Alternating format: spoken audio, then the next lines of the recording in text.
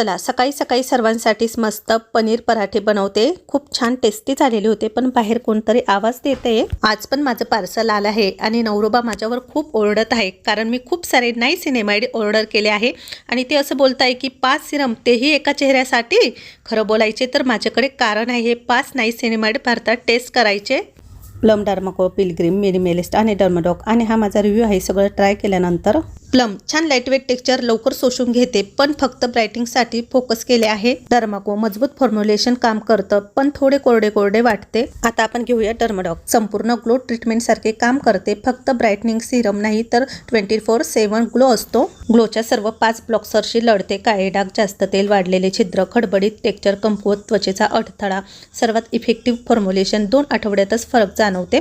दिवसभर सोन्यासारखी चमक सोडते। पिलग्रीम वास आनंददायी, हायड्रेटिंग, पण रिझल्ट दाखवण्यासाठी वेळ लागतो। मिनिमलिस्ट ऑइल कंट्रोल करण्यासाठी चांगले, पण रिझल्ट खूप स्लो आहे आणि प्रोडक्ट पण खूप महाग आहे। माझं फेवरेट म्हणजे डर्माडॉक, 10% नाईसिनेमाइड सिरम, बाकीच्या प्रोडक्ट पेक्षा परवडणारा। 19,000 प्लस रिव्ह्यूज आणि 4.3 रेटिंग आहे।